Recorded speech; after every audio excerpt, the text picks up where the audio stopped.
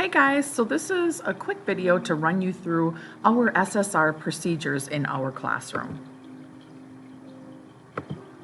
So the first thing a lot of students ask when we're doing SSR, because we're going to do it every week, is sometimes some students love it, some students it's not their favorite, so they might ask like, why are we doing this every Friday?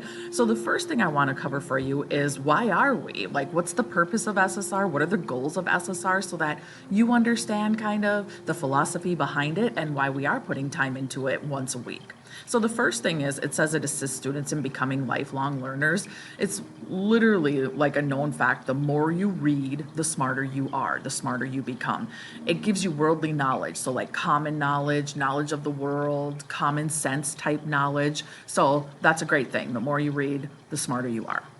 Reading magazines and newspapers boosts your contentment level by 20%. 20% can boost your happiness level, basically, is what they're saying. So it's worth it to put the time in for that. Cutting out just 1 hour of TV a day lowers your chances of feeling depressed by 10%. So if you're kind of substituting that 1 hour of TV a day with a little bit of reading a day, and we know from the previous fact that it boosts your happiness level by 20%, like it's worth it just for your contentment level. Spending 6 minutes a day reading any kind of literature, anything at all, you guys, like we said, the newspapers, the magazines, a novel, a chapter, even stuff online, like social media type things, it can reduce your stress levels by more than 2/3. 6 minutes reduces your stress level. So if you're feeling stressed and you spend 6 minutes reading something, it calms your frazzled nerves faster than listening to music or going for a walk. It's one of the most relaxing things you can read. It's why sometimes at night, if you're relaxing in bed, or I should say you're trying to read while you're in bed, like a chapter for an assignment or something like that, you just tend to doze off and fall asleep in the middle of reading because it really fully relaxes you. Obviously, reading improves your vocabulary and comprehension skills, right? Again, it goes back to making you smarter. If any of those other previous reasons really don't speak to you, this final one academically usually speaks to a lot of people. If we do SSR correctly, okay, and correctly means you're actually reading something you enjoy, you are focused and you're reading for the full time we're reading, which is about 20 to 30 minutes, and you do it at least once a week. You have to do it once a week. You have to do it for 20 to 30 minutes, and it has to be in something you're interested in. It can improve your test scores in your classroom test on objective and essay tests, which are objective tests are like your multiple choice, true and false, those types of tests, and your essay tests, your writing tests, over 1 year. So if we did it for an entire school calendar year, your grade could improve as much as 8%. That's almost one full letter grade, you guys, from reading for a half hour once a week. So it's worth it for that alone academically. Now, of course, if you're already, say, an A or a B student, you probably are an avid reader, or you are reading, so you're not going to see that kind of dramatic improvement if you're already a reader and you're already doing that well academically. However, it still is building your knowledge, and it's still keeping you doing well on those things. So academically, guys, it's totally worth it. Stress level, happiness, contentment, relaxation levels, all totally worth it. So that's why we're willing to put in the time once a week out of class to have you guys reading.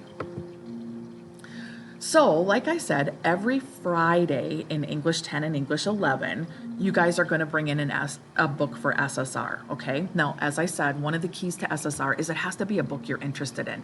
If it's a novel you don't care about, you borrow your friends, you forgot one, whatever the case is, you're not going to get the benefit. Plus, you're not going to enjoy it on Fridays, right? Because we're going to do it every Friday. It may as well be something you're interested in.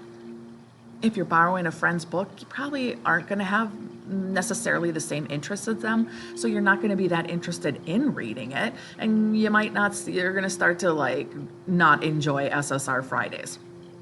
So if you can't find a novel Okay, if you can't find a novel or anything to read that you're interested in, look for a magazine. Bring in a newspaper, bring in yesterday's newspaper or something like that, so that there's got to be a magazine of some interest you have. Like if you're into skiing or snowboarding, there's a magazine for that. If you're a hunter or a fisherman, there's magazines for that. If you're a sports fanatic, there's magazines for that. So find a magazine you're interested in and bring it in instead of a novel. That's okay. Novels or magazines, as long as it's lit you're interested in. So like I said, it has to be a novel or a magazine. You can't bring in, like, some students will download books and have them on their iPhones. That's great, but you just can't use it for this purpose of SSR.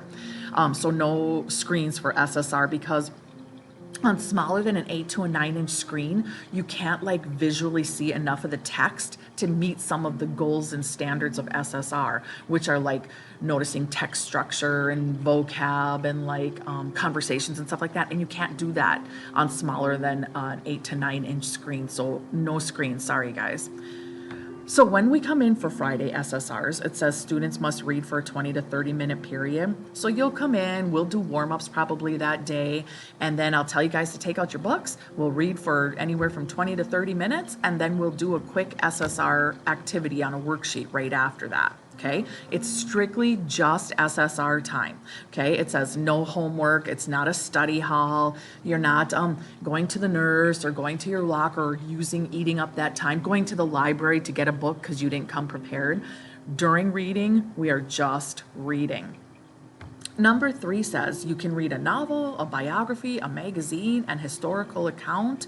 The reading selection must tell a story. So like I said up for number 1, you got to bring in something you're interested in. That's one of the key objectives, okay? First off, it has to be an interest. So you can pretty much bring in anything except like textbook type materials. That's called technical writing. It doesn't have a plot and tell a story and have characters and stuff like that. So unfortunately, that type is the only type of literature you cannot bring in. So no like textbook reading, homework from other classes, that type of thing. Manuals, how-to stuff. There's validity in reading those, but not for meeting the goals of SSR. So it has to tell a story. Doesn't matter if it's fiction or nonfiction. Number 4, it says you go to the library to check out or renew books on your own time. The exception to this is this very first SSR. I usually always give you guys time to go to the library, browse it around, look for a novel that you like, just because it's easier when we're kicking off the school year to give you guys some actual library time and you can kind of get a feel for where things are set up in there and everything. But after this time, after this first initial SSR week, you guys are on your own to get to that library. If you got to renew the book, if you're done with it and you have to return it, if you've got to check out a new one, you have to do that on your own time. You cannot come to SSR day and say, oh, I don't have my book. Can I go to the library and get one? Because I'm going to give you one of mine to read instead and tell you need to come prepared. So just make sure you're getting to the library on your own time, getting it renewed, getting a book checked out. You're bringing it from home. It doesn't matter if it comes from our library or not. It could come from Dickinson. It could come from your home, from a friend's library, as long as you're coming with one and you're prepared. Number 5 says you're responsible for filling out an SSR activity sheet weekly. Even if you're absent, what happens is sometimes students are absent on Friday or you leave early for sports or whatever, and they'll say, oh, well, I just missed SSR. I don't have anything to make up. But you do. Every week, we do a section on a worksheet for SSR, and you are responsible for filling that worksheet in. So when I go to collect that worksheet, you don't say, oh, I missed a week of SSR, so I don't have that worksheet done, because you've probably passed your makeup day to make that up, and you're going to get a 0 for that portion of the worksheet. So whether you're here or you're absent, you are responsible for making sure you make up SSR, which just means simply you read for like 20 minutes at home, or wherever you have time to read for 20 minutes, you fill out your section in the SSR worksheet and you're good to go. Then you'll hang on to that worksheet till I go to collect them. But again, absent or present, you're still responsible for that material. So stay on top of it, guys. So when I go to collect those worksheets, you have them.